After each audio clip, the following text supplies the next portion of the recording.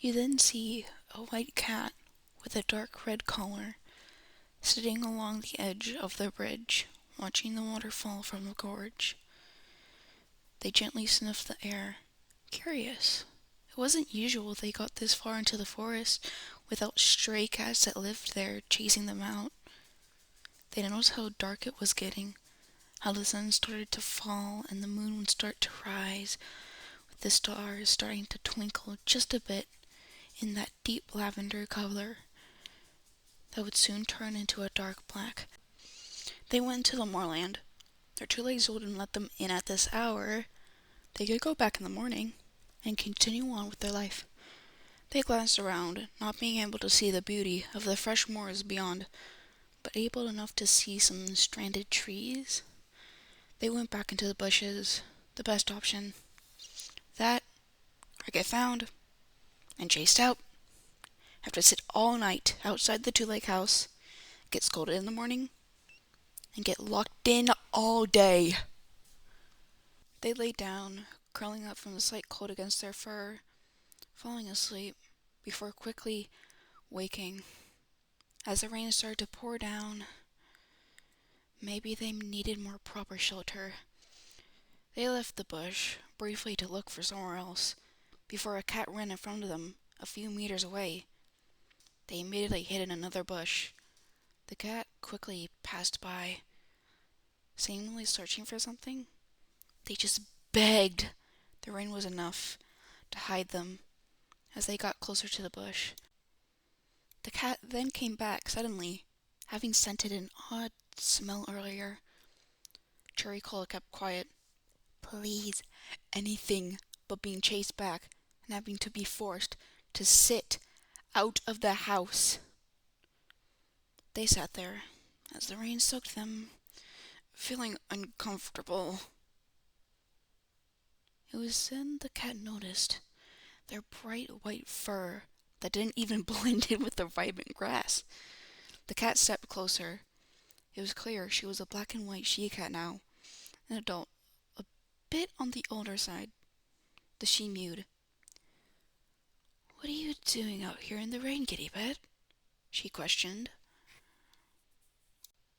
"Shouldn't you be sheltered up with your two-leg?" Her voice came out sharp and cold, but it was clear she was calm, meaning no harm. Cherry Cold finally sighed, with defeat, sitting up. The she-cat sat down beside the feline, keeping clear distance. "Quiet one, huh?" she said soothingly, not teasing, just curiously. Cherry Cola nodded in response. They never really spoke. "You..." The cat trailed off. "Injured?"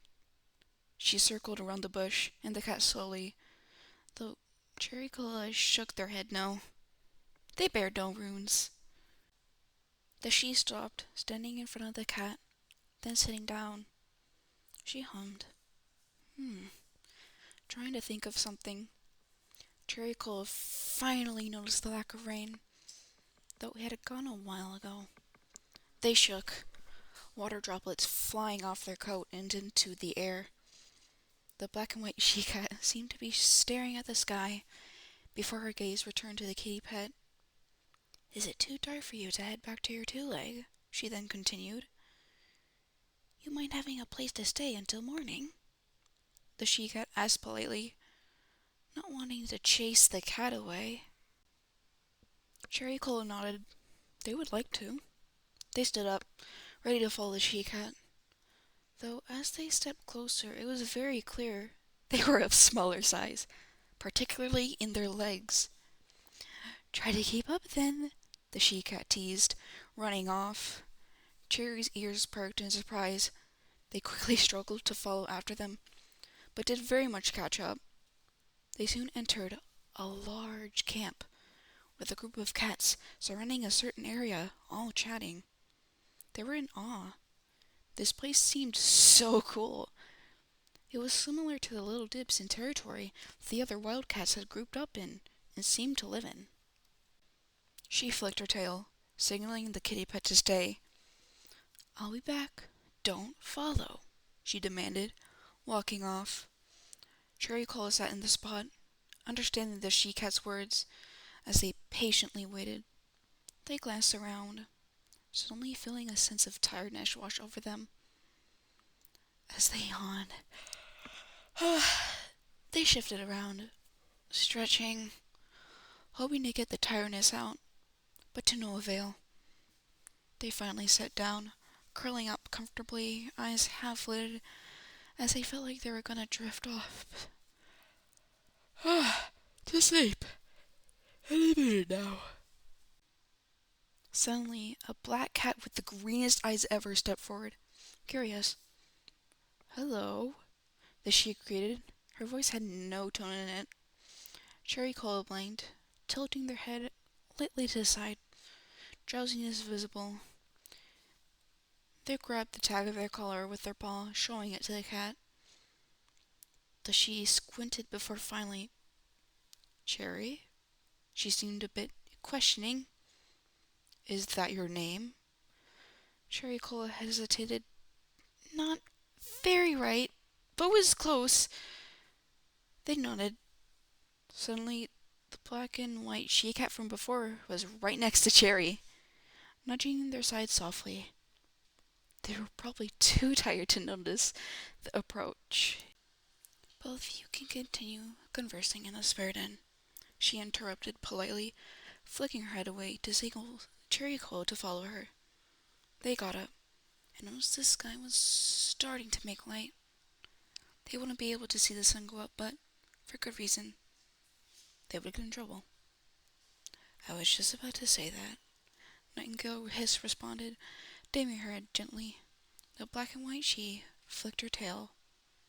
Follow me, she mewed. Cherry Cola stumbled a bit, but caught up, clearly tired out of their mind.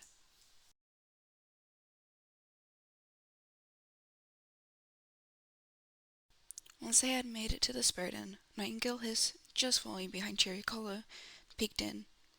Another cat, with the black and white she-cat scent and Nightingale's scent, was there too, along with a stray, it seemed.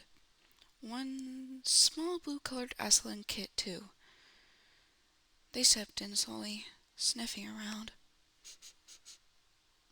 I'm Soldier, the cat introduced. Make yourself at home, he hummed.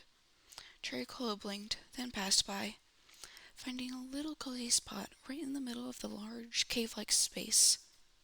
Perfect. Suddenly, a large white tom, with a cinnamon but also black underside and face, they had the most relaxed gold eyes, stepped into the den and sat.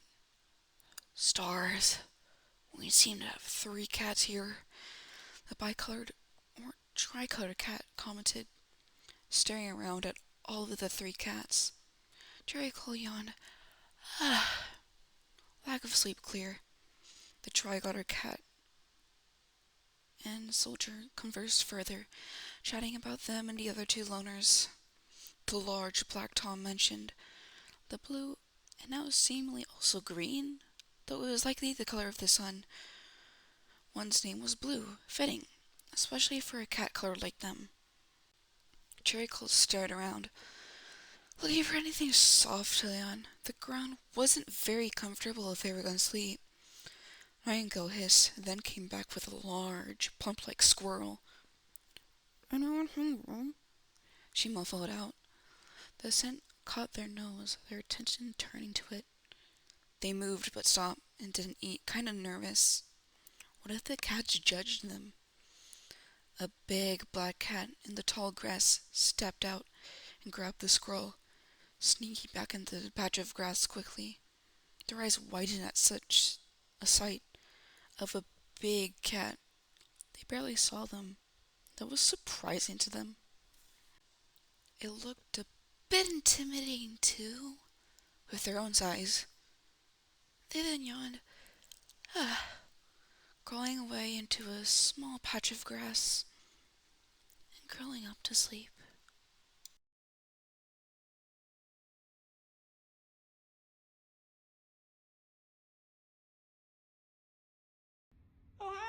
I'm sorry for a big wad of inactivity and for such a delay on this episode. I do hope you enjoyed.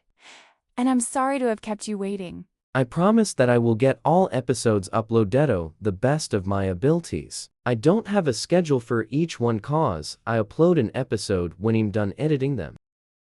See you next time.